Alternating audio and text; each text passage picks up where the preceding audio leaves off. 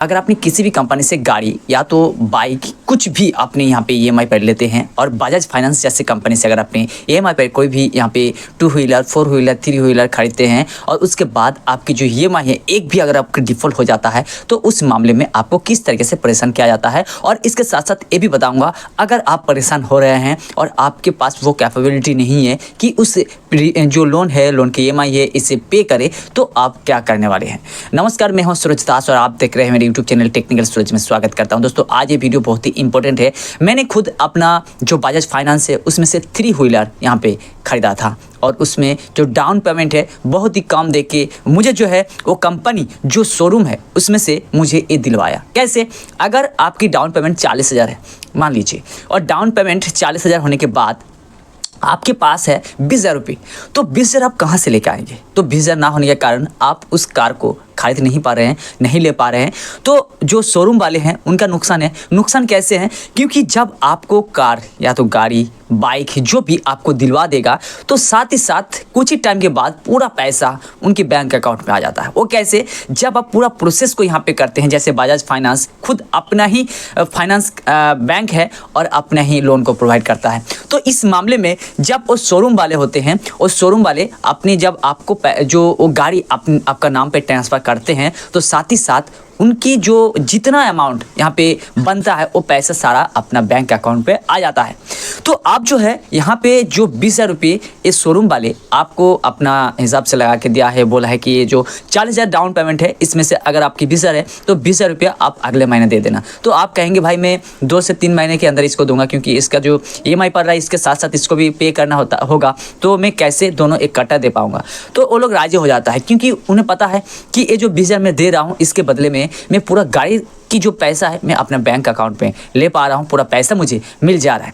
तो इसके चक्कर में क्या होता है कि वो पैसा फंसा देता है और बाद में जाके अगर आपने 4, 5, 6 किस्त भरने के बाद आप उस गाड़ी को चाहे आप भाड़ा के लिए हैं या तो पर्सनल यूज़ के लिए हैं तो उस गाड़ी को आप चला नहीं पा रहे हैं या तो आप उस गाड़ी की कोई भी ज़रूरत नहीं है। तो इस मामले में क्या करेंगे? आपकी लोन भी डिफॉल्टर हो रहा है। तो मैंने क्या किया, मैं अपनी ओपिनियन बता रहा हूँ कि मैं खुद ब खुद जाके वहाँ पे जो शोरूम वाले हैं उनके पास जाके मैं सिलेंडर हो गया।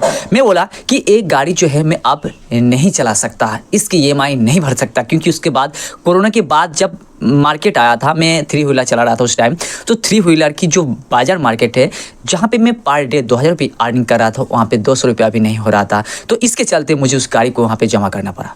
तो उसके बाद क्या हुआ कि उनकी जो 20,000 रुपये बचा हुआ पैसा था तो उनके लिए मुझे बार बार फ़ोन किया जा रहा था, ठीक है।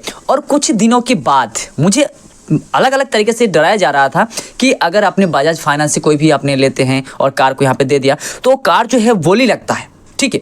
जैसे हरियाणा, उसके बाद राजस्थान, वहाँ पे जो रिकवरी एजेंट होता है वो बहुत यहाँ पे सख्त होता है, ठीक है। और अदर्स कहीं कंट्री पे जाओ तो इतना सख्त नहीं होता है, लेकिन जो हरियाणा राजस्थान दोनों यहाँ पे जो स्टेट है ये बहुत ही स्ट्रिक्ट होता है। और जिसके चलते अगर आप गाड़ी की ईएमआई एक दिन लेट कर दिया तो आप गाड़ी लेके जहाँ पे खड़े हो वहाँ पे आपके पास रिकवरी एजेंट पहुँच जाता है।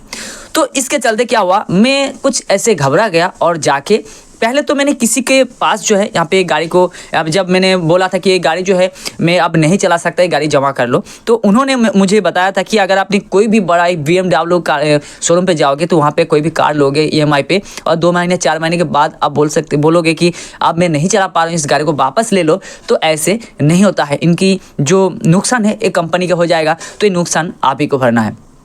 तो मैं बोला जो कुछ भी होगा मैं गाड़ी अब नहीं चलाने वाला हूँ। तो इसके लिए क्या किया, उन्होंने मेरा जो गाड़ी है आज जमा कर लिया और जो है एक एफिडेविट दे दिया, मैं लिखित दे दिया कि मैं गाड़ी शोरूम पे यहाँ पे जमा कर दिया। और उससे पहले जो बता रहा था कि किसी और के नाम पे मैंने गाड़ी को जो है यहाँ पे उसकी नाम पे ट्रांसफ़र किया था, जो कोर्ट की क्या कहते हैं उसको क्या यार, पावर अटॉर्नी, जो मैंने कोर्ट पे गया और पावर ऑफ अटॉर्नी करके कुछ एक बंदे के नाम पे ट्रांसफ़र कर दिया।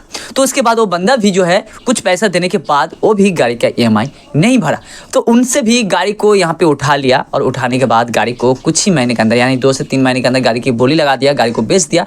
और उसके बाद हुआ क्या है कि वो गाड़ी के जितना पैसा बना था और उससे जो है मुझे देना था यहाँ पे करीबन 75,000 रुपीज़।